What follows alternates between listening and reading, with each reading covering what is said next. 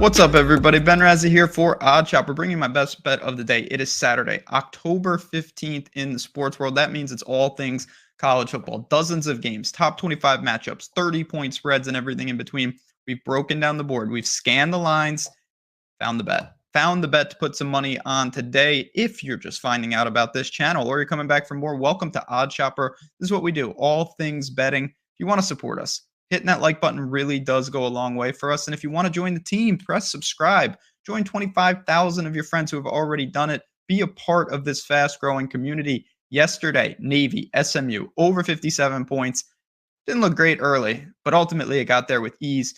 Navy was running through them. SMU was throwing it all over the place. It was exactly what we talked about. We cashed that ticket. We get a little momentum heading into Saturday. That is what we want to see. In addition to that, hopefully that boosted your bankroll. This definitely will. BetMGM. If you're not a user over there, link in the description of this video. The no-brainer is back, and that is something that should catch your attention. When they say no-brainer, that means you're getting $200. You go to the link. You sign up and deposit. Take that money and bet it. You got to bet it on an NHL money line. And if either team scores a goal in that game, which has to happen, they're going to give you $200 in free bets. It's a great opportunity to get some extra money to bet your favorite sports, whether that's NHL or something else. That is what that is there for. Now, let's get into this. Where are we going? Going to a big-time game. Not the marquee matchup of the day, but at least it's real teams, unlike when I go to Air Force and the creative schools. Florida, LSU, SEC matchup in the Swamp. Both teams are 4-2. Both teams are not as good as they've been historically, but still close competitive spread. 50.5-point total. Gators 2.5-point favorite. I kind of like Florida in this game. The more I looked, the more I liked, and that is why ultimately I got there and locked them in. So let's get into this. LSU 4-2. Open the season with a ridiculous game against Florida State. Probably should have won it. Then they ripped off 4 straight wins. But some of them, they played Southern, they played New Mexico. Impressive / odd win against Mississippi State. I don't really understand how that happened. Then they went in. Their only road game so far this year has been Auburn. That was a weird game. I watched the whole thing. They scored a defensive touchdown that turned the tide. It hasn't been.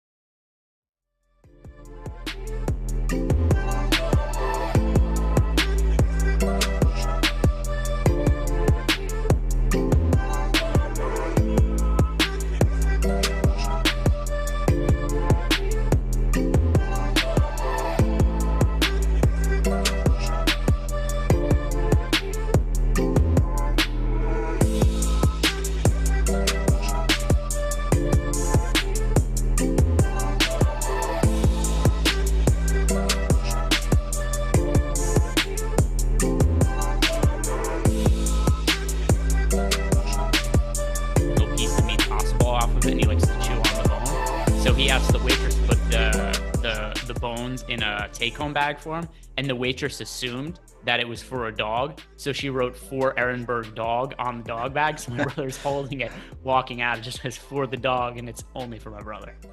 That's awesome. Yeah.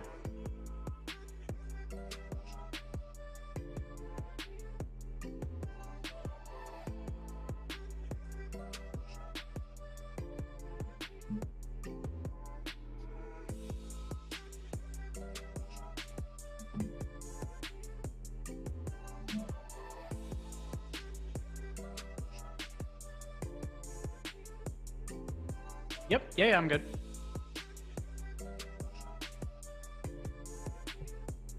What is happening, everybody? It's time for another Stokastic NFL Tournament Strategy show Saturday. So Neil and I here going to break down Week 6 NFL main slate, talking about all the different different strategy angles for how to play large field tournaments. Of course, Neil is one of the sharper guys we have at the company in terms of playing some of these large field tournaments. He's won a Millie Maker. He's done really well recently in some showdown stuff. And if you guys aren't checking out Neil's showdown content, it's been really valuable this year. He's doing different articles. We have him on a bunch of shows. So you guys should be checking out all the stuff that Neil puts out. We're sponsored by Prize Picks today. If you guys haven't done yet, like the video, subscribe to the YouTube channel. Neil, how's your weekend going? It's going well so far. We're hosting a party this afternoon, having some friends over. I have Timberwolves season tickets. Me and three of my friends have, actually four of my friends now, split 2 season tickets for the Timberwolves every year. And now a different group of my friends are got the seats next to us for this year. So Nice. I have a bunch of friends who are all going to be sitting together. So I'm hosting a mixer party for all of those friends so they can all meet each other, and because we're going to be sitting next to each other all year. So doing that this afternoon after the show, looking forward to it, but a little bit of cleaning left to do after the show. That's awesome, especially because the Timberwolves should be good this year. Any kind of craziness notwithstanding, but it's actually the first team I bet on for futures purposes this year because when they first made the trade for Rudy Gobert, so I have the Timberwolves something like 70-1 to win the championship this year. So it's a super long odds bet. It's not something that I would consider to be crazy likely to win, but I do like the odds I have on them, and we're gonna have a rooting interest this year when it comes to the Minnesota Timberwolves team. I'm definitely looking forward to, and then of course, how can we not be looking forward to this weekend's NFL slate, which we had news broke right before we started. So just so you guys know the timeline, if you're watching this after the fact or what's happening right now, we just got news that Jonathan Taylor is not going to be playing on Saturday. Philip Lindsay called back up from the practice squad. So that's going to be an interesting talking point when we get to the running back position. And I don't think we're going to have a fresh ownership update by then because it literally just happened. But we'll see what happens once we get there. It's a slate where for the first time this year, I think we have a crazy amount of value at running back, and it's the first time I really feel like it's midway into the NFL season. But what is your takeaway on this slate going into the show, Neil? Yeah, we've got a lot of value options at running back. It's pretty interesting. I'm actually happy that more are opening up. Maybe people will get away from the Benjamin, Ramondre Stevenson a little bit. Some of the ownership can level out a little bit is kind of what I'm hoping for. And if that happens, I'll probably just increase my exposure to the backs that I really like in the Benjamin, Kenneth Walker, and Ramondre Stevenson. If it doesn't level out, then maybe I'll consider playing, Damian Jackson and Daryl Henderson in particular, and a few other options that are kind of in that mid-range running back. Yeah, totally makes sense. But as per usual, let's start with talking about some of the quarterbacks and the teams that we're really looking to build some of our stacks around. So quarterbacks, just for reference, people, when we're talking about the QBs, we're not always talking about them individually as plays. It's more so which do we like getting to, both because of what their ownership is, but also what their top stack odds are and how much we like the game situation they're in. What stacks do we like them with? And run back options, it really helps inform how we're building some of our lineups. But right off the bat at QB, we've got a whole bunch of ownership going once again to Josh Allen. He's projected for right around 16% ownership on DK, 17% ownership on FanDuel. He is the chalk at the position. Neil, how often are you going to be looking to stack the Bills this weekend relative to where the field is at on them right now? I mean, we've got them under-owned in our tools. I don't know if I believe it. I guess the tools are usually more accurate than I am. I try to think maybe the tools are wrong here, but it's just hard to believe that only 16% of people are going to go to Josh Allen with how good he's been now in a matchup with the Chiefs where they should have to throw the entire game. And they like to throw anyway. So I think I'll probably be above this 16% number. I'm not sure by how much, but there are only a few spots that I really love this weekend. So that's one that I'm going to be pretty heavy on, I think. And it's clearly a good game environment too. Bills, Chiefs. One thing that I do think is kind of interesting though is, so we've got all this ownership going to Josh Allen right now, but it's not really being reciprocated on the other side of the game because with Josh Allen projected to be by far the most rostered quarterback of the weekend, the same can't be said for Patrick Mahomes. He's about a fourth of the ownership of Josh Allen over on DK, 4% compared to 16%. And then for FanDuel purposes, 6% compared to 17%. So I get it. People are going to this game. They think it's going to be a high scoring game environment. Do you find it curious, though, that people aren't as willing to go to the other side of the game when the Chiefs are a team that a lot of people are going to be outright picking to win the game? Yeah, absolutely. I mean, I said I'm going to be probably over the field on 16% Josh Allen, but I'll probably be massively over the field on 4% Patrick Mahomes. I think the game environment is the same for both of them. Obviously, the Bills have the better defense, but honestly, I think it's a great spot for Mahomes as well, just because he's going to need to be throwing the ball. And I've been saying this for 5 weeks now, so I'll say it for the 6th week. I'll probably try out some of these secondary and tertiary options from the Chiefs who have not done anything yet. I swear these games are coming. I think I'm going to play some Juju and MVS with Patrick Mahomes as well. I'm going to be making a lot of just heavy stacks this game. So I'm going to be setting up rules where it's going to be like quarterback with 2 pass catchers, 2 run back options. I'm going to be heavy on this game. And then something else too, where I just mentioned the news, Jonathan Taylor being out and the fact that we have all this running back value. that's going to make it pretty easy to pay up at other spots, whether it be quarterback, wide receiver, tight end, when we talk about Travis Kelce later. So I think that it just makes a lot of sense to be able to pay up for some of the spots in this game. And it's just being made that much easier with Jonathan Taylor out for a couple of reasons. Because not only does this open up another value or potential value at running back, it takes away a potential pay up running back for us as well. So I just don't really see that much of a need to pay up aggressively at running back. I'm going to be looking to pay up elsewhere. And in terms of spots that are going to be looking good just on paper, how can it not be this game between the Chiefs and the Bills? The total currently sitting at 53.5.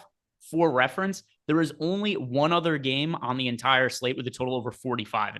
So this game is expected to be way higher scoring than the other games. It's one that does make a whole lot of sense to get to. And then also, not that I really care that much about the start time of games, but it is kind of nice when you have the later start times, because if your lineups are lagging behind for whatever reason, either a chalk piece hits the on the early games, I like having the flexibility to be able to swap off players later on also. So let's say that somebody's expected to be popular in the late games and my lineups are struggling. It's a good way that I could find leverage by swapping off them. So it's always nice when that opportunity presents itself as well. But in quarterback, I think those are going to be two primary guys for sure for me. And the other quarterback, though, that's picking up a whole bunch of ownership today, or not today, I just mean for the weekend, but Kyler Murray, another one that's coming in pretty popular, right around 10% ownership on both DraftKings and FanDuel. The Cardinals have struggled this year, but individually, Kyler Murray always has fantasy upside. Is he somebody you think you're going to be around the field on? Probably close to the field. Man, I've been wanting to play Kyler Murray, and I was kind of hoping that because he hasn't really been that great so far, that people might get off him here. But the matchup is just too juicy against the Seahawks. Looks like the field recognizes that. So we're projecting 9.2% projected ownership on Kyler. I'm probably not going to be above the field on Kyler just because he has gotten chalky. That game has gotten very chalky in general. Yeah, it's tough. A lot of people, I kind of thought that people were just going to play the running backs from the game and maybe forget about the quarterbacks, but both of these quarterbacks in the Seattle-Arizona game, pretty chalky. My guess is I'll be a little bit under the field and take stances elsewhere. Yeah, I think that does make some semblance of sense, at least right now, if I'm looking at the game environments. I do think that we should expect there to be more scoring in the Kansas City Bills game. It is a game that I like a little bit more than the Cardinals Seahawks game. And also, like you said, it's really popular. And it's not just the Kyler Murray side that's popular, but people are getting hip to the fact that Geno Smith has been pretty good this year, because we've got Geno also being one of the more popular quarterbacks this weekend. And then at running back, Kenneth Walker is picking up some ownership. So this is another spot where it's going to be pretty popular. It looks like you and I are leaning a little bit more towards the Chiefs-Bills game. What do you make of the chalk going to Geno Smith and some of the Seahawks pass catchers / skill position players? I think I'm more likely to just go to some of those skill position players as one-offs. The Tyler Lockett, DK Metcalf I'll be using as one-offs more likely. I don't think I'm going to be full stacking Geno as much just because of that 11% ownership. We have him optimal 4% of the time. So just massive negative leverage there. But I still think, it's such a great game environment. It is pretty likely that some pieces from this game are going to do well. I think I'm less inclined to fully game stack it just because there's so much ownership going to it. So I think I'm probably going to be underweight to the field on Geno Smith. All right, so those are the chalkiest pieces at quarterback. Although with that said, I did mention that there isn't that much ownership going to Patrick Mahomes. But who are the lesser owned quarterbacks you like getting to on this slate? Because it's not that often that we get quarterbacks grouped around 10% ownership. Josh Allen close to 20% on DraftKings and FanDuel. That does leave us with a lot of lower owned pieces. Who are the lower owned quarterbacks that you think do have upside in stacks? Kirk Cousins, I'm definitely going to be doing some Vikings stacks once again. Worked out okay last week. If not for the Bills explosion, it would have looked really good. But the Vikings, 24.25 implied total against the Dolphins, who are 32nd in terms of pass DVOA. So last in the league in terms of pass DVOA. So great matchup for Kirk Cousins and the Vikings. We haven't seen Adam Thielen really do much so far this year. 1 touchdown on the year. I'm going to be targeting a lot of Adam Thielen against this Dolphins defense. And of course, Justin Jefferson is just every week you can play some Justin Jefferson. And now in this matchup with the Dolphins, really like that. The Rams getting virtually no ownership against the Panthers. Pretty atrocious pass defense. Maybe they're going to want to pass it more now that they're down one of their running backs. I don't know if that's really a huge factor for the Rams, but they like to pass it anyway. And, it's pretty condensed going to Cooper Kupp and Tyler Higbee.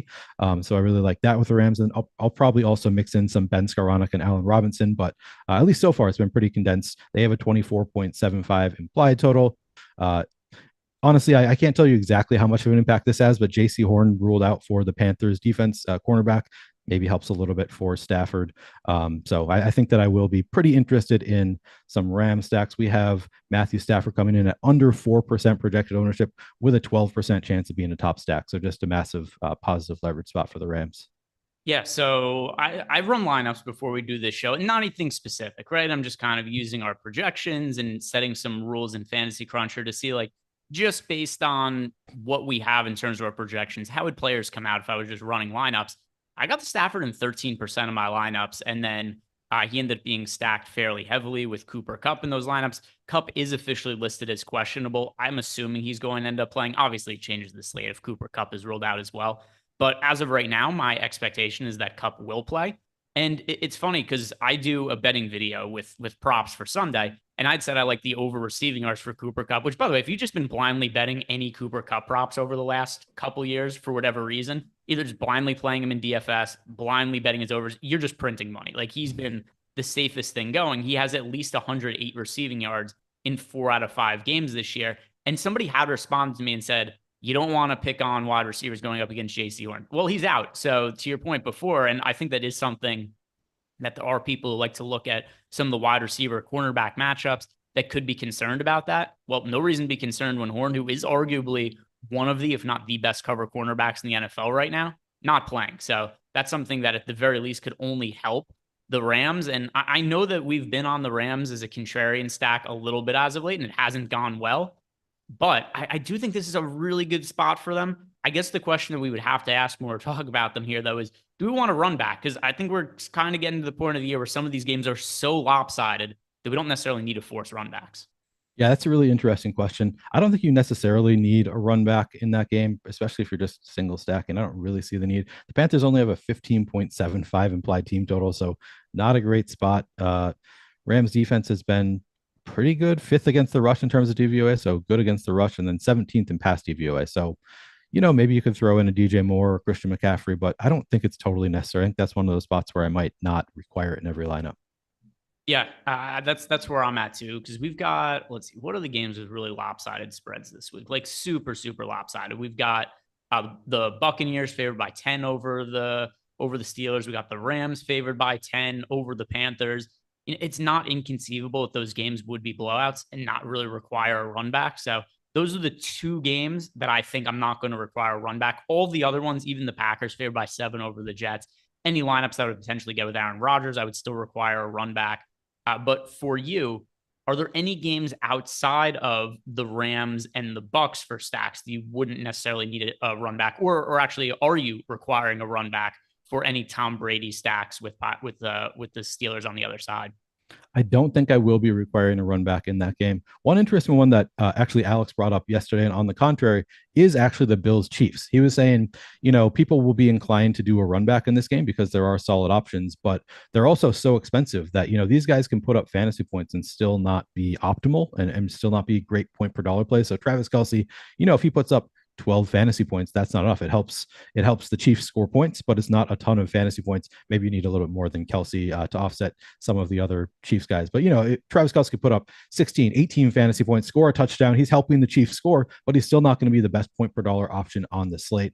And same thing on the other side with Stephon Diggs. They're expensive enough that sometimes you don't necessarily need the run back from the opposing team if the salary is high enough. So I thought that was a really interesting point that Alex brought up that honestly is not something that I've ever really factored in as much with run backs. But it is something at least to think about, that maybe you want to do the occasional Bills onslaught or Chiefs onslaught with no run back, just because the opposing players are fairly expensive. So it takes more for them to pay off that salary.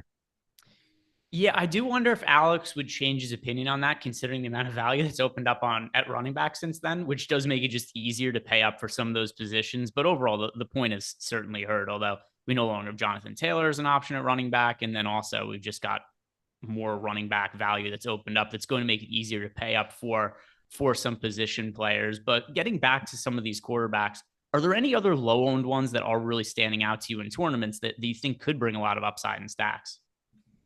Yeah, good question. Alex brought up Mariota as somebody that he likes. I don't know that I'm as inclined to go to Mariota. I get it though. It's just he's so low owned at 2% that could go off. It's just a tough matchup. Harder for me to get there. Lamar Jackson. I think you can skinny stack Lamar Jackson just about any matchup. This matchup with the Giants, certainly not an exception there.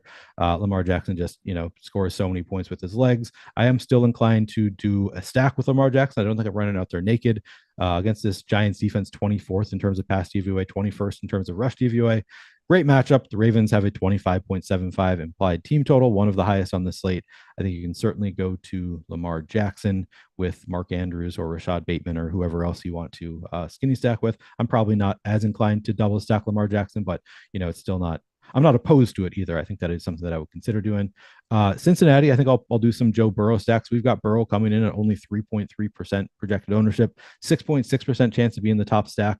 I don't think we have confirmation yet on whether T. Higgins is playing, but I think both Higgins and Chase are interesting. Tyler Boyd, has his spike weeks as well. Hayden Hurst, you can mix in some. I do like some Cincinnati stacks against New Orleans as well. I think those are the main ones that stick out to me as stacks I want to get to. Do you have any others that really stand out to you? Yeah, I was going to mention Lamar Jackson. Actually, somebody in chat brought him up as well. It was Raymond Diaz in chat said, don't glance over Lamar Jackson. How often do you get a low-owned QB that could go for over 100 rushing yards and 300-plus passing yards? Yeah, not that often. Actually, the last time it happened was Lamar Jackson because there's been some slates where he hasn't been all that popular this year. But I do wonder if people are also just kind of looking at some of the game logs here and seeing like, oh, cool, he crushed earlier in the year and then he had a couple of mediocre games and just people get off him for that reason. And obviously there's a lot of quarterbacks in really good situations that people do want to get to, and you can only play so many QBs. So maybe that's also part of the issue. But if anybody's looking at the box scores, a couple of things. The Buffalo game was horrendous weather. It was a really bad weather game. It was a low scoring game, 20-23. That definitely played an effect on the game. And then he just kind of played poorly in the game against the Bengals, but he has as much upside, if not more upside than any other quarterback in the league. So anytime that I'm going to be able to get Lamar Jackson at low ownership, it's probably something that's going to be of interest to me because the ceiling is pretty much unmatched at QB. Yeah. And Jeremy Savage points out that I said you could stack him with Rashad Bateman. Rashad Bateman is out this weekend. So Devin Duvernay may be that secondary option for the Ravens. But yeah, it's whenever you can get Lamar Jackson low owned, I think it's a pretty good idea. All right. Let's talk about some of the running backs then. And let's start by talking about the Jonathan Taylor situation, just because it's so new, right? We just found out that he's not going to play. If we do have one positive to pull away from trying to figure out the situation, and not only is Jonathan Taylor out, Nyheim Hines is out as well. So last week, Jonathan Taylor was out and Nyheim Hines. I played a ton of them in Showdown. I honestly think it would have gone really well based on his usage on the first snap. Unfortunately, he got a concussion on his second touch of the game, but it looked like Hines is going to be used a whole bunch of that game. But one thing we could kind of pull away from that is we've now seen basically an entire game with no Jonathan Taylor and no Nyheim Hines. And we have a pretty good idea of what the running back usage is going to look like. And what was surprising to me, it was not Phillip Lindsay that ended up really being the guy behind Hines. It ended up being Deion Jackson who ended up getting more of the touches, which was actually something that you were kind of hip to when we were doing the strategy show or the deep dive it was for the Showdown slate that night, where you said, hey, Deion Jackson's kind of overpriced, but he's projected for no ownership. He could be the guy for them. And he kind of was. So I want to know now, after having seen that game played out, how are you going to approach Lindsay and Jackson in a full slate? Yeah, so I think Jackson is still my preferred option if you're going to one of these guys. He played 58% of snaps in that game to Phillip Lindsay's 38%. And then just in terms of his usage, Deion Jackson had 4 receptions for 29 yards. He had 13 carries for 62 yards. So I do think that he is going to be the lead back here. Obviously, that's a small sample size. Phillip Lindsay also had 11 carries. So it's not like he was that far behind Deion Jackson in that game.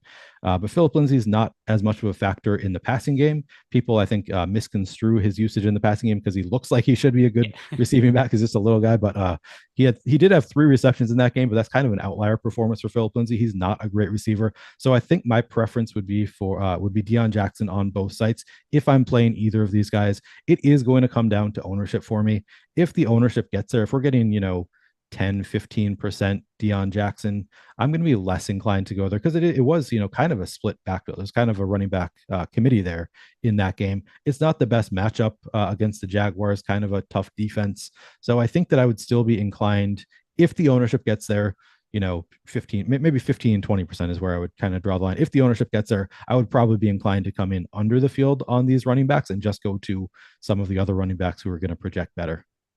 Yeah, and then talking about some of the points per dollar running backs, and by the way, this is going to apply pretty much across DraftKings and FanDuel. A lot of the same value running backs on one side are the same on another. So when I was running my lineups beforehand, before the show for FanDuel and DraftKings, a lot of Benjamin, Kenneth Walker, Ramondre Stevenson, Daryl Henderson on both sites. Although one thing I will say is that Henderson, because at least I perceive he's more of a running back than just a pass catching back. I do think he looks a little bit better on FanDuel than he does on DraftKings, but still, I think he's a great value option on both sites. First, do you disagree with any of these guys being really highly projected or really highly owned running backs? Like, do any of these guys do you think don't warrant being popular? I think they all warrant being popular to an extent. I don't know. I mean, a lot of people have been posting this on Twitter, but just posting like the combined stats of Daryl Henderson and Cam Akers so far this year. There's been one combined game where they put up 18 fantasy points. So you are kind of expecting an outlier performance still. It's not like Daryl Henderson just takes over for what Cam Akers have been doing and is immediately a great running back. With that said, I think that he's actually the better running back than Cam Akers, not by a ton, but by a little bit. I think Daryl Henderson's a little bit better than Cam Akers. So if he gets Cam Akers' usage, maybe he'll look a little bit better. But he is getting only 21% ownership. He's probably the one that I would be least likely to get to. I think I prefer the other three still, but yeah, I totally understand the ownership on Benjamin, Stevenson, and Walker. So then on the flip side, and I'm with you, I'm going to play a lot of these guys. Like in all likelihood, these are going to be my 4 most rostered running backs this week. And now in terms of where I actually end up relative to the field, it's going to be a little bit pending on what ends up happening with the ownership after Jonathan Taylor's updated. But at least as of right now, I'll pull up the boom bust tool and just kind of read off to you guys how we have it projected right now in terms of the players that are most and least likely to be optimal amongst those guys on both FanDuel and DraftKings. So starting with DK, our 4 running backs that are most likely to be optimal are the 4 chalk running backs. Number 1 is Benjamin, 2 is Ramondre Stevenson, 3 is Kenneth Walker, and then 4 is Daryl Henderson. But once again, by far, these are the 4 players most likely to be in the optimal lineup at the running back position. And then bringing up FanDuel right now as I'm refreshing it, because I just wanted to refresh it to see if anything has changed in a significant way yet for the Jonathan Taylor news, but it doesn't look like it has just quite yet. But at the running back spot over on FanDuel, because I just read off DraftKings. So for FanDuel, number 1 is Benjamin, 2 Ramondre Stevenson, 3 Kenneth Walker, 4 Daryl Henderson. So almost the same. Yeah, actually, it is the exact same order across both DraftKings and FanDuel. One thing that is different, though, on DK, Benjamin is projected for a lot more ownership than the other guys. Benjamin projected for 32% ownership over on... Oh, no, never mind. I was looking at the optimal lineup odds. My bad. So on the optimal lineup odds for Benjamin are 35% on DK compared to 24% on FanDuel, which makes sense because of the PPR upside that's going towards Benjamin. So let's start by talking about them on DraftKings and then on FanDuel, because I do think there's different conversations to be had. But of these guys, who are you going to prioritize on DK? Okay, so my rank of these 4 players, actually, I think it looks exactly like the tools. I was kind of hoping that I would look different because I was just looking at them beforehand. It is Benjamin, number 1, pretty clearly for me. 4,600. He's the cheapest of these guys. He's in the best matchup against the Seahawks defense, 31st in terms of pass DVOA, 24th in terms of rush DVOA, and he's used significantly in the passing game. In the last game, he played 54% of snaps. Prior to that, he played 14%, 27%, 43%. He has not had the same kind of usage so far. He hasn't played as many snaps, hasn't been a huge focal point for the Cardinals so far this year, yet he has already run 73 routes and had 15 targets. So he's just very involved in the passing game in a great matchup at 4,600. I think for me, Benjamin is the pretty clear priority of these running backs. Secondarily would be Ramondre Stevenson. He is the most expensive of these 4. But he's run 80 routes so far this year, received 16 targets, very involved in the passing game. And he's also in a great matchup against the Browns defense, who is 32nd in terms of rush DVOA. So I do think Ramondre Stevenson is probably my number 2 of the group. Then it would be Kenneth Walker for me in a solid, decent enough matchup against the Cardinals defense. They're 27th in terms of pass DVOA, 12th in terms of rush DVOA. The Seahawks should be able to move the ball in this matchup. But Kenneth Walker hasn't been used quite as much as a pass catcher, and the Seahawks in general have not thrown to running backs a whole lot this year. Rashad Penny was only targeted 5 times this year on 73 routes run. That kind of surprised me. And then Kenneth Walker has run 30 routes and been targeted 7 times. So just hasn't been used quite as much in the passing game as Benjamin or Stevenson. So I think I rank Walker behind those two. Of course, that could change with him being the starting running back. Maybe he gets more involved, but so far just haven't seen it. So I prefer the other two. And then Daryl Henderson, last of the group. As I said, he just, even if you combine his stats with Cam Akers so far this year, the two of them together have not really put together a ton of great weeks. But he is 5,100. He's against a Panthers defense that is not great. Now they're missing J.C. Horn. They're already 22nd against the pass, 16th against the rush. Daryl Henderson has been targeted 14 times this year on 131 routes run. So he is used somewhat as a pass catcher, but he's fourth of the group for me. Do you see it any differently? No, I think that totally makes sense on DraftKings. FanDuel becomes a really interesting talking point looking at some of these running backs. And I want to just give it one more refresh here because the ownership on DraftKings is still, reasonably high. It is so high on FanDuel for these 4 running backs, though.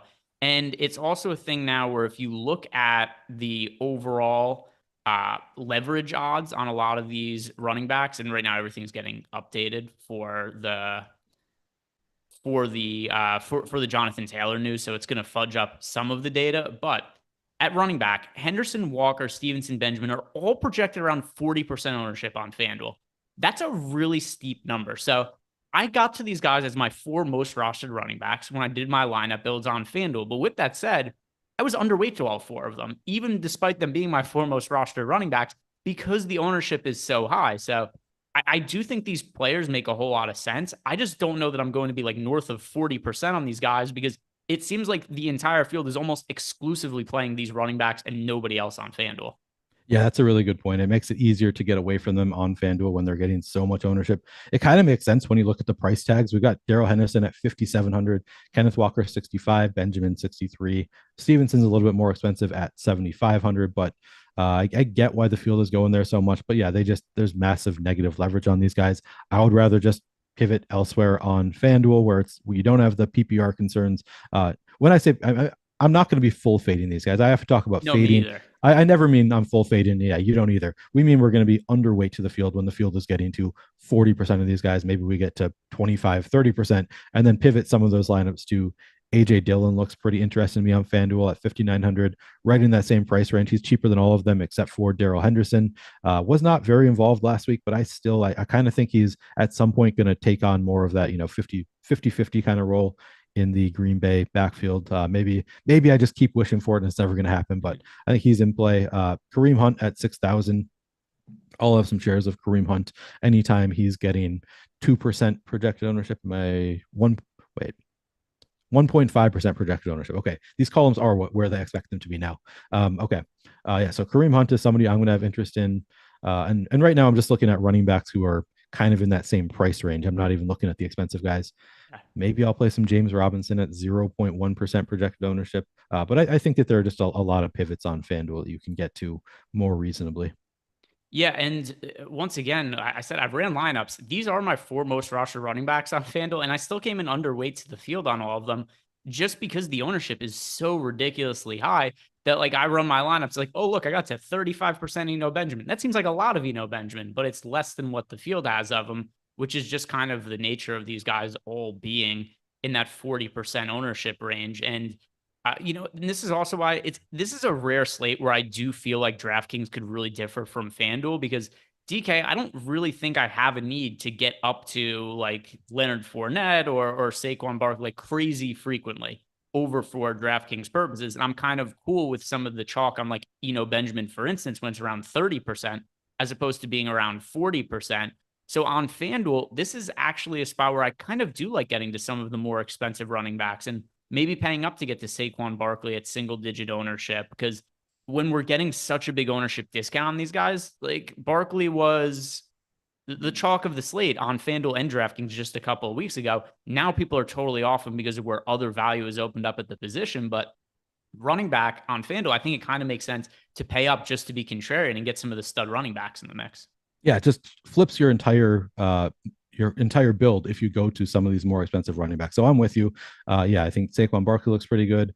We've got Christian McCaffrey coming in at 9.4% projected ownership. I'll play some McCaffrey at 8,700, even though he's more expensive. On FanDuel, we actually have positive leverage on Jeff Wilson. He's 7,200, so more expensive than most of these chalk guys, but coming in at 4.9% projected ownership, 8% optimal. So I'll sign me up for some Jeff Wilson. We see Devin Singletary going a little bit over-owned on both sites. We have him at 17% projected ownership on FanDuel. That's because of the price tag, 5,700.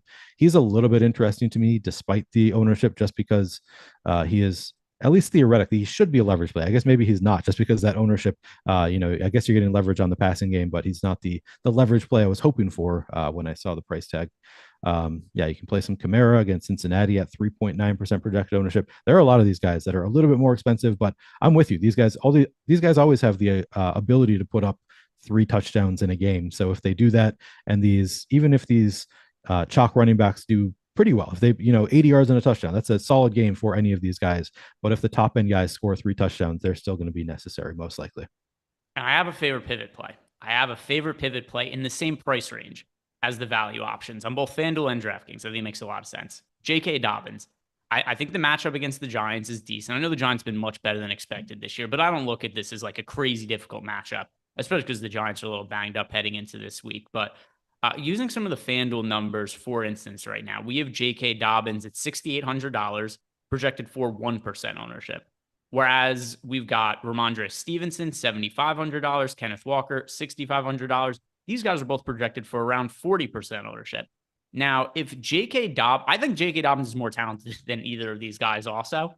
And if this was a spot where, let's say, J.K. Dobbins was a backup and his starter got hurt and then he was this price tag, we'd probably see Dobbins be a real chalk option in this game.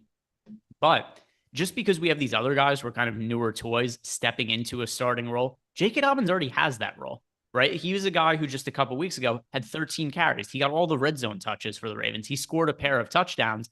I think Dobbins doesn't have a workload that's going to be crazy different looking from somebody like Ramondre Stevenson or Kenneth Walker. You just can't tell me that these guys are 40 times more likely to outscore him on FanDuel. The ownership doesn't really make sense to me when you're looking at a J.K. Dobbins being this cheap at 1% owned, whereas compared to like Stevenson, who's $700 more expensive, is that much more popular. I really like Dobbins as my pivot play. Yeah, it's really interesting now that you bring it up. To be honest, I had not thought about J.K. Dobbins. He's a guy that I never really think about just because I don't think he's extremely talented, but maybe I'm underrating his talent, and he looks pretty good. 6,800. As you said, we've got him at 1.6% projected ownership with a 5.8% chance of booming. Your math is in line with the Stokastic math that his odds of being successful are not that much lower than these guys. So yeah, J.K. Dobbins certainly an interesting guy, especially against this Giants defense that is 24th in terms of pass DVOA and 21st in terms of rush DVOA. So the Ravens should be able to move the ball. It's just a matter of is it going to be J.K. Dobbins running it in or Lamar Jackson? But certainly he's shown that he has the ability to get in the end zone. So I like that call. All right, we've got a couple super chats to get to. I'm going to ask you for your favorite leverage running back, Neil. So ruminate on that for a little bit. Also going to shout out some of the super chats we have here. If you guys haven't done it yet, by the way, do us a favor, like the video, subscribe to the YouTube channel. First, Teddy Wayman wants to know, what are our thoughts on Kamara on FanDuel? First thought, fuck Taysom Hill. Second thought is, because of Taysom Hill there, it's actually become really difficult for me to back Kamara aggressively. I played him as chalk the other week, but he just isn't really getting the red zone work. Like, Taysom Hill is the goal line back for them effectively, and it does really cut into the upside of Alvin Kamara, who's still pretty expensive. At $8,100 on FanDuel, he's only 4% owned. I wouldn't call it the worst play on the slate, but you've got guys like Saquon Barkley, who's also comparably low owned, who I just feel better about the workload with. It's hard for me to back Kamara when it just doesn't really look like the touchdown equity is there. Yeah, it's been pretty frustrating for Kamara owners. Of course, I also had a ton of Alvin Kamara on that slate where Taysom just went completely off against Seattle. I don't know if that's really sustainable, if that's going to be something they do every week with Taysom Hill. Maybe it is. I mean, they did it 4 times in that game. They used Taysom Hill to score touchdowns. So maybe they do continue to just use Taysom Hill. But I think they have to recognize that Alvin Kamara is a very talented running back as well. So I don't hate the play. I'm probably going to be, if he really does come in at 3.9% ownership, My guess is I'll be above the field on Alvin Kamara. I think I'm with you in that it's not like a smash spot for him. I'm not going to be going way overweight to the field on Alvin Kamara, but at 8,100, 3.9% projected ownership, we have him optimal 6% of the time. So I will be playing some Alvin Kamara, and I'll probably use him as a run back in certain spots in my Joe Burrow lineups. Certainly could do worse than Alvin Kamara, and he will be a part of my builds. Next super chat is from Jason Quinones. He's saying that he is in a 0.5 PPR league. He traded Fournette for Dalvin Cook. Is that a good deal? Well, I will say, I don't really play a lot of yearly football leagues. I'm in one for the first time in forever this year because my dad wanted to do it with me, which, by the way, involves my dad just texting me once a week to ask if we won or lost the matchup. Like, he's totally uninvolved in the entire thing. He doesn't know the players on the team. He doesn't know, and it's just me setting lineups against his friends. There's certain ones that he really wants to make sure we beat. So he'll tell me, he's like, make sure we try harder this week because we're playing Brian. Like, all right, I'm just going to set that. Like, well, I don't know what to do with that information. But we are 5-0. It's the first time I played a yearly league in forever. Long story short is I don't really play a whole lot of yearly leagues. But in terms of flipping Leonard Fournette for Dalvin Cook, I actually think I prefer Fournette at this point. And it has to do with just the workload that he's getting for the Tampa Bay Buccaneers. And I know the production hasn't always been there, but I think that's going to come over time. We did see the breakout game for him last week a little bit. But I think really the bigger point here with Fournette is I think that his workload going forward is probably higher than Dalvin Cook's. But overall, I don't think you've made like any kind of terrible trade. It's probably about fair on both sides. Super chat from Chris Albers. He's saying, just got here. What are our thoughts on Daryl Henderson with Cam Akers out? Well, for starters, he's a very good points per dollar play. Also depends what site you're talking about him on. Because the way that I am viewing Daryl Henderson on DraftKings, I think he's much more, much stronger of a tournament option when he's projected for 21% ownership on DK than on FanDuel, where he is currently projected for 41% ownership. It's not to say that he's unplayable at 41% ownership. There's just no way I'm going to be overweight to the field at that number on FanDuel. DraftKings, I probably will be somewhere around the field, if not over. FanDuel, I'm going to be underweight to the field. So it depends which site you're playing on. For single entry tournaments, I think the easiest way on FanDuel to differentiate is to not play Daryl Henderson and go somewhere else at running back. But Neil, just for our guy Chris here, what are your overall thoughts on Daryl Henderson? And is he somebody that you're going to be looking at as a value play with Cam Akers out? Yeah, I mean, he's certainly in play as a solid value play. He's not my favorite of the group. We ranked him. I think he's our fourth favorite, both of us, after Eno Benjamin, Kenneth Walker, and Ramondre Stevenson. Of these kind of chalkier running backs, he is my least favorite. People have been posting. I've seen a couple people post stats on Twitter about him, and it's just that even if you combine his stats with Cam Akers so far this year, they have not been great. Which I will say, I think Daryl Henderson is the better running back. So I think that maybe those stats would be better overall if Henderson did get more of the workload, and certainly he has the ability to have a spike week against this Panthers defense now missing JC Horn. So yes, I do have interest in Daryl Henderson. He is my least favorite of those four, but that doesn't mean that I don't like him this weekend. He's certainly a solid play. Yeah, and if you guys want access to any of the more tools or information we have over at Stokastic.com, a couple ways to get involved. First of all, if you're new to the product, we have a 3-day free trial where you could check it out and just look at the tools and see if it's for you or not. And then let's say you get those 3 days, the 3-day free trial is up and you really do like it. Sign up for the first time using the promo code NFL Strategy, and it'll get you 50% off your first week of a Stokastic Plus Platinum package. And that's going to cover not just football, but also basketball season, which is about to start the end of baseball season. We got hockey going on if you guys are playing NHL DFS. And we've got tools for everything. Player projections, ownership projections, of course, but then boom bust tool, top stack odds, all stuff that I definitely use when I'm trying to figure out how much exposure I want to get to individual players. So stop guessing, start winning, join Stokastic Plus today.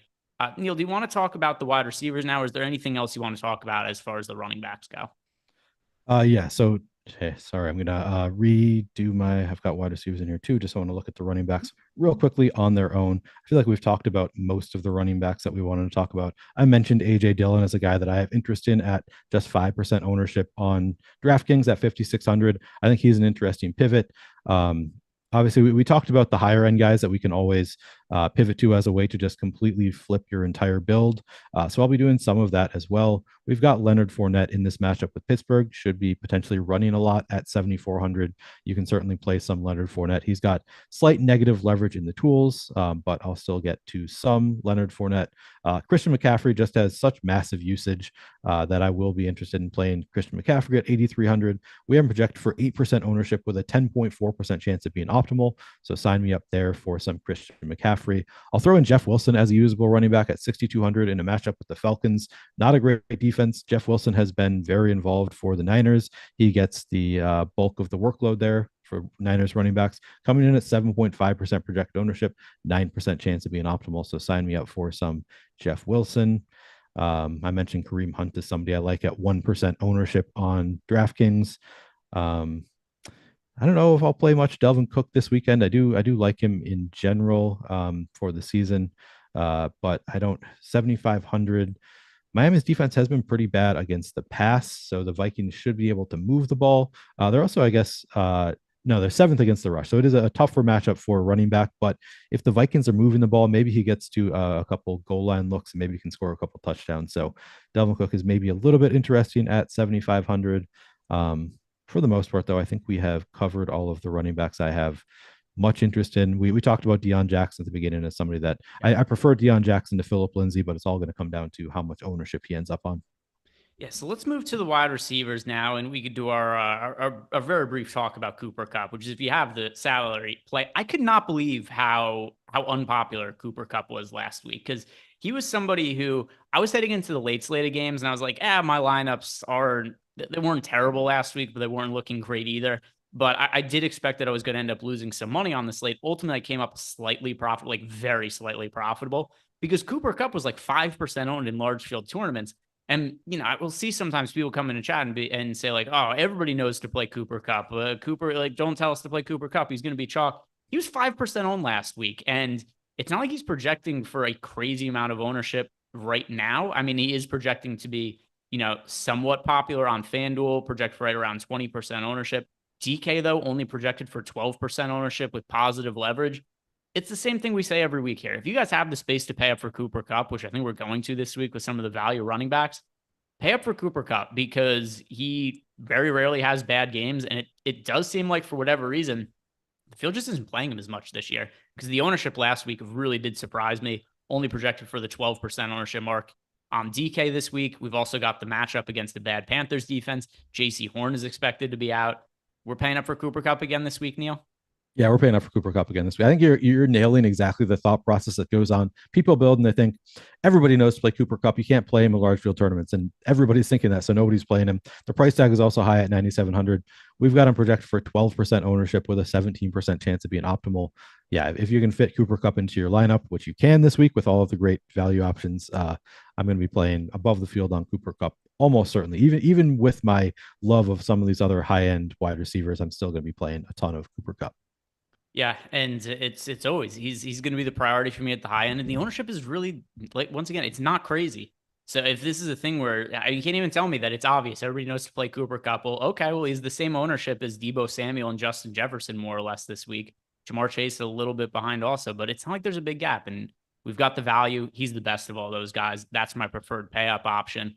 But what else? What do you make of the other pay up options at wide receiver? Because we still do have Justin Jefferson, Deebo Samuel, Jamar Chase, Stephon Diggs. So other elite wide receivers that people are going to have the salary cap space to get for.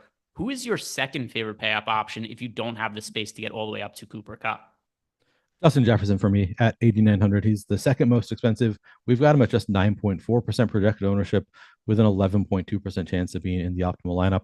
I really like the Vikings passing game in particular against this Miami defense. It has just been really bad this year. 32nd in terms of pass DVOA. So last in the league in terms of pass DVOA for this Dolphins defense.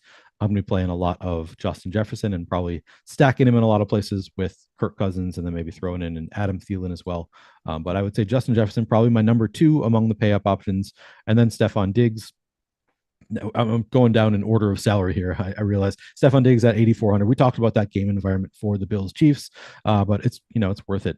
Stephon Diggs just gets so much volume in a great passing offense. The price tag is about where it should be. The ownership is about where it should be. I'll probably be close to the field at 20%.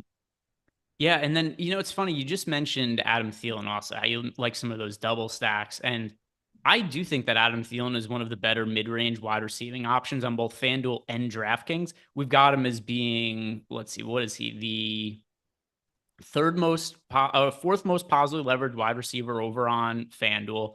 On DraftKings, he's the eighth most positively leveraged wide receiver right now. Projected for 1% ownership on DK. FanDuel is projected for 6% ownership. I know the production hasn't really been there for Adam Thielen the same way it's been in the past, but the targets are there. The last 4 games for Adam Thielen, 7 targets, 8 targets, 9 targets, 7 targets. He's very consistently getting looks from Kirk Cousins. That's going to lead to production at some point. I would be concerned if it was, just like 3-4 targets per game, but he's getting a lot of looks in the passing game, and that's going to pay dividends at some point. So as far as mid-range receivers go, I really do like getting to Adam Thielen. What are some of the other mid-range wide receivers that are standing out to you? I'm just going to add to that thought that it also helps that the Dolphins are playing against this Vikings defense. So they should be able to score even with Skylar Thompson at quarterback. The Vikings are 26th in terms of pass DVOA, 23rd in terms of rush DVOA. So I prefer it when both defenses are bad as well. And this is a spot where both defenses are bad. Neither team has a huge implied team total, but I think, the Vikings 24.25, Dolphins 21.25, both also do have the ability to smash those totals.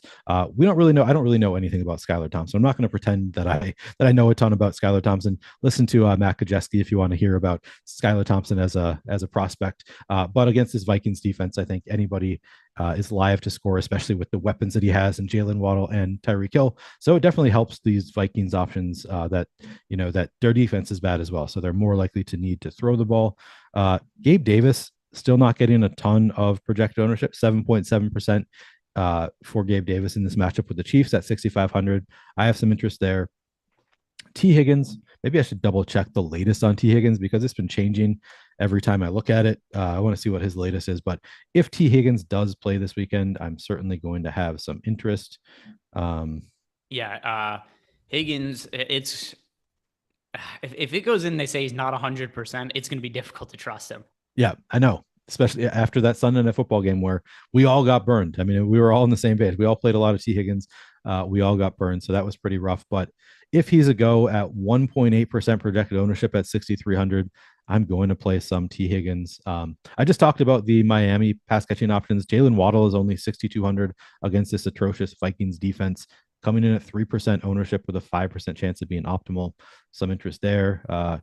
Chris Godwin looks great in our tools against Pittsburgh, 13% ownership, 20% optimal. So I will be playing some Godwin as well. Just looking through if there's anybody that really stands out to me. I'll probably play some Brandon Ayuk against Atlanta at 2.3% projected ownership, 5,400. Were you did you have someone you wanted to bring up? Yeah, it's somebody who I think you were probably about to bring up in the near future anyway. Chris Olave has just been getting such a heavy workload for the Saints, and kind of doesn't even matter who's ended up being quarterback from. Like even when it's been Andy Dalton, Jameis Winston, regardless of who it is at quarterback, Olave has been producing and getting a lot of targets. So he now has, I'm trying to do quick math in my head, 39 targets over the last 4 games for Chris Olave. That is a ton of work in the passing game. He's getting red zone work as well. He's caught a couple of touchdown passes. So very similarly, I feel about him about FanDuel and DraftKings, projected for 9% ownership on DK. FanDuel projected for 4.7% ownership. It's not enough for Olave considering 2 things. Number 1, his workload. And then number 2, his price. He's only $5,500 on DK. On FanDuel, he's $6,700. That's cheap for a guy who looks like he's going to be a number 1 wide receiver going forward. And there's still no Michael Thomas for this team. So it's just more concentrated targets to go towards Olave. Even with Michael Thomas back, Olave is the number 1 wide receiver for this team right now. So he's somebody that I like a whole bunch in the mid-range.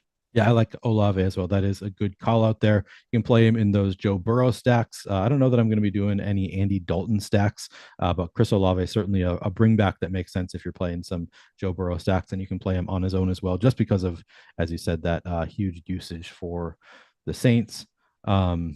I mean, we talked about how much we like Patrick Mahomes. I think, I'm going to like some MVS. I'm going to like some Juju. They both are actually over owned in our tools. We have Juju at 6.4% projected ownership at 5,200. We only have him optimal 3.5% of the time. I still think that I'm going to be going above the field there just because I want to be playing some Mahomes stacks and I don't want them all to just be Travis Kelce all the time. I mean, Travis Kelce, I know that he had 4 touchdowns the last game. He also only had 7 catches. Yeah. He had just as many targets as Juju Smith-Schuster. It was kind of fluky that he would not really fluky because he is a red zone target, obviously. But I think that it could have just as easily been Juju who was being targeted in the end zone as well. So I think that Juju is going to have his games, and I think MVS is going to have his games. Always that home run option. He is getting MVS 9% projected ownership, only 5% chance of being optimal. So a little bit of negative leverage there. I'm a sucker. I'm going to go back to Allen Robinson, even though I don't think he's looked good. I think I'm going to be doing enough Ram stacks, so I'll probably include Allen Robinson in some of those stacks. Isaiah McKenzie going to be an option in some Buffalo stacks or as a bringback for my Mahomes stacks. I really wanted to bring up Alec Pierce as a guy who I think becomes more interesting. He was just used so much in that last game for the Colts, and now they're again without Taylor and without Hines. Alec Pierce is still only 4,300. I think he looks phenomenal. Sign me up for some Alec Pierce. We also had a question about Michael Pittman. I think that he does benefit from missing those running backs and coming in currently at only 2% projected ownership at 6,900. So I'll have some interest in Pittman as well. It's funny you bring up Kelce because I think that's a good way to segue into the tight ends here as well, because Kelce is coming off a massive, massive game for fantasy purposes. Now, I had a bet on his under receiving yards for that game. And if you told me beforehand, I bet on an under receiving yards for a player who's going to catch 4 touchdown passes, I would think it would look like the dumbest bet ever. Instead, it won very easily. The under, like his over under was like 76.5 or something for that game. He didn't even come close to it. And I was looking up on Stat News afterwards because I was curious what was the least amount of receiving yards for like 3-4 touchdown games. Guess how many it was prior, because obviously Kelce has the least. Guess what it was before him? I'm gonna guess 93. Yeah, it was Marvin Jones with 93 or 94. So I saw the stat. Okay, well there was Marvin go. Jones. Okay, I said on I actually talked about this on maybe the Wednesday show that I'd seen the stat. I thought it was Marvin Harrison, but Marvin Jones. Okay, that makes sense. Yeah, it was Marvin Jones. By the way, Marvin Jones, I think it's something like he had like 60% of his career receiving touchdowns in like 3 games. He just is like one random blow up game a year. But it was such a very weird outlier game for Travis Kelce. And I do wonder what that's going to ultimately mean for his ownership this weekend. But right now we do have him projected for 8% ownership over on DK. FanDuel, he's projected for 9% ownership. And is actually one of the more negatively leveraged tight ends that we have over on DK. So if you have some shares of Kelce, it's not the end of the world, but I actually do prefer paying up for Mark Andrews if I'm only paying up for one tight end this weekend. Yeah, I mean, and we like those Lamar stacks. I think Mark Andrews makes a lot of sense in those Lamar stacks. Obviously, you can also play him as a one-off. He's only 7,000, and he has been extremely involved for the Ravens. Rashad Bateman still out this week. Andrews at 17% ownership, 20% optimal. Yeah, positive leverage. That 7,000 price tag is, about where it should be for Mark Andrews, and the field is still not getting there a ton. So yeah, I prefer Mark Andrews over Travis Kelce as well. Yeah, so that's going to be my preference. And for comparison's sake, we got Mark Andrews on DK right now, projected with a 21% chance to be the optimal tight end, right around 5% for Kelce over on FanDuel, 20% for Andrews compared to 10% for Travis Kelce. So that's a route that I like to go, especially because I do think some of that recency bias could push up that ownership a little bit for Kelce by the time we get to Sunday. And then, I mean, there aren't really other high-end tight ends to pay up for. It's those guys and then everybody else. So what are you doing with the rest of the tight ends when you aren't paying up for Kelce or Andrews? I mean, I'll have plenty of Tyler Higbee. I'm going to be doing Ram stacks. I think Tyler Higbee makes a lot of sense in those Ram stacks. He's been targeted a ton this year. He's very involved in this Rams offense. So sign me up for some Tyler Higbee. Kyle Pitts is just such a difficult spot because I play him every week. Kyle Pitts, he's just a trap every week. He's 4,200 now. He is in a tough matchup with the Niners, so not the best matchup in the world, but 5.5% ownership. If nobody else is going there, he's I think still one of the most talented tight ends in the league at 5.5% ownership and 4,200. I think I got to go there. I think I'm going to be above the field on Kyle Pitts. Our tools would say the same thing. We've got him optimal 12.5% of the time at 5.5% ownership. I'll be going there. I'll be playing some Kyle Pitts. Zach Ertz against that Seattle defense looks pretty good at 4,900. We've got him coming in at 10% ownership, 12% chance of being optimal. I'll probably include some Irv Smith in some of my Viking stacks. I talked about how much I like Thielen and Jefferson. I think Irv Smith makes some sense as well at 3,200 in this matchup with the Dolphins. We've only got him at 5% ownership, 6% optimal. So I'll be interested in some Irv Smith. Dawson Knox I'll include in some of those game stacks with the Chiefs and the Bills. And George Kittle, I actually think I'm going to be going there. I know he's been used mostly as a blocker. He hasn't been seen quite been used the way we want him to be used so far this year. But in this matchup with the Falcons, I think they understand how good George Kittle is. So I do think that he's more likely to be used like in a goal line situation. So at 5,100, I think that I'm going to play some George Kittle, and he has a slight positive leverage, 4.6% projected ownership, 5.1% chance optimal. I think I'll probably be well above even that 5% number on George Kittle just because of the matchup and the talent. We just have to hope that they use him how we want them to. I used him as a contrarian tight end last week. The results weren't terrible. He was targeted 6 times, 5 catches for 47 yards. He was fairly cheap last week. I didn't feel bad about the process. He was in a good matchup. He was targeted 6 times. Just the production hasn't been there. But once again, he's so cheap now.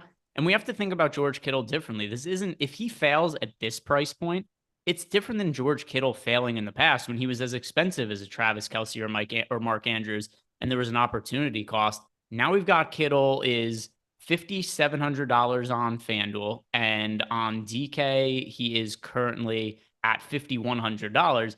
You know, if he is a dud game like last week where he winds up with around 10 fantasy points, it's not really the end of the world. And I still do think the upside is there for him. So Kittle's somebody that, like you, I do think he makes sense as a buy low. He's in a very good matchup against the Atlanta Falcons. If not this week, then maybe it just never happens for Kittle, though, because he's not going to have an easier matchup the rest of the year. But he is somebody I think makes sense on. And Kyle Pitts also, for people who are wondering about the hamstring injury, he is expected to play this weekend. My hope was that he was going to get ruled out again, so I wouldn't even have to consider it. But that would have been best for us. Yeah, it would have been best. But if I have to pull one positive from Kyle Pitts, we had that game where he had the 87 receiving yards, and that one went nice. It was like all in the first half too. I was like, yes, we're finally getting our Pitts game. And then like nothing in the second half. Not only was it all in the first half, it was in the first drive. Yeah. You remember they came out, if I'm not mistaken, because I think his over-under for receiving yards was 42.5 that game. And I think he had 58 on the first drive of the game and then like hardly did anything the rest of that game. But yeah, I do think Kyle Pitts, once again, it's 5% projected ownership and he's very, very cheap. We're getting a little bit of a discount. The only thing that I would say would be concerning is just keep an eye out for any kind of injury updates. If something happens where it's like, hey, he's limited or he's not going to be playing full snaps, that would be cause for concern. So something to keep an eye on. But other than that, I agree with you. I think the tight end I ultimately will end up getting the most of. It's going to be probably Mark Andrews and Tyler Higbee. Yep, that's probably the same for me as well. I'm not totally sure. I haven't run lineups yet, but those guys, interested in those. I just want to mention Hayden Hurst as well is decent at 3,300. I like those Bengals stacks. I'll be including Hayden Hurst in some Bengals stacks at 7% ownership, 9% chance of being optimal. Just one more name that I thought I should throw out there. Yeah, and in just a second, Neil and I are going to close out the show with our favorite thing to do of the week, at least mine. I don't know about Neil's. I'm kind of imposing his opinion in here, but we're going to give out our favorite stack of the week to play in tournaments. But also, if you guys haven't signed up at Prize Picks yet, if you click on the link below in the description box and sign up over at Prize Picks, they're going to give you up to a $100 bonus on your first deposit. And we've got all of the tools that you need over at Stokastic.com to help you build winning player prop cards over at Prize Picks. Just make sure if you're signing up, you click on the link below because the options, $100 free or no free dollars. Go with the $100 free. Click on the link below when you are signing up. Now, Neil, let's close it out. If you were building one lineup in a large field tournament, what would be the stack you'd go to, quarterback and the pass catchers? It would probably be Kirk Cousins with Justin Jefferson and Adam Thielen. I don't know if I'm just being a homer there. There are a lot of pretty similar options for me. Not similar, but close in terms of how much I like them. But I think I would go with the Vikings there just because I like the game environment. I think both teams have the ability to put up a lot of points in this matchup. So I like that the Vikings should theoretically be needing to throw and against a bad defense. So it's going to be Kirk Cousins with Jefferson and Thielen for me. Yeah, I'm going Lamar Jackson to Mark Andrews. Andrews is going to be popular at tight end, but it doesn't look like Lamar Jackson is going to be all that popular quarterback. There's a number of QBs that are currently projected for more ownership than him, and he has so much upside at the quarterback spot. Like there are very few quarterbacks that could legitimately break a slate. Lamar Jackson is one of the ones that could do that. We've seen him do it twice already this season. He had games of, 42 fantasy points against the Dolphins, 40 against the Patriots. Both of those, he was also lower owned. So if I'm able to reduce the ownership share of a lineup that could potentially have chalky running backs or a chalky tight end, Lamar Jackson's a sensible way to do it. So Lamar Jackson to Mark Andrews, that is going to be my choice for large field tournaments. While we're doing this, Teddy Wayman did just send a super chat, and it's on topic. He says, favorite quarterback on FanDuel. I missed your quarterback talk. Okay. Do you have, is it the same for you on FanDuel? So for FanDuel, in terms of positive leverage, it is. We have Lamar Jackson projected for right around 6% ownership on FanDuel. I think he should be higher than that. I got more than double the field in the run that I did, and Mark Andrews, my most rostered tight end. So the answer relative to tournaments, at least relative to ownership, is Lamar Jackson. The one that I probably would end up having the most ownership to overall is Josh Allen, but he's so popular that I don't think my ownership would be that much different than the field. So overall, relative to ownership, Lamar Jackson is my favorite tournament option. Yeah, and I think it's going to be Kirk Cousins for me once again on FanDuel, as long as we're just as a contrarian option. He's not getting a ton of projected ownership. Where do we have him on FanDuel?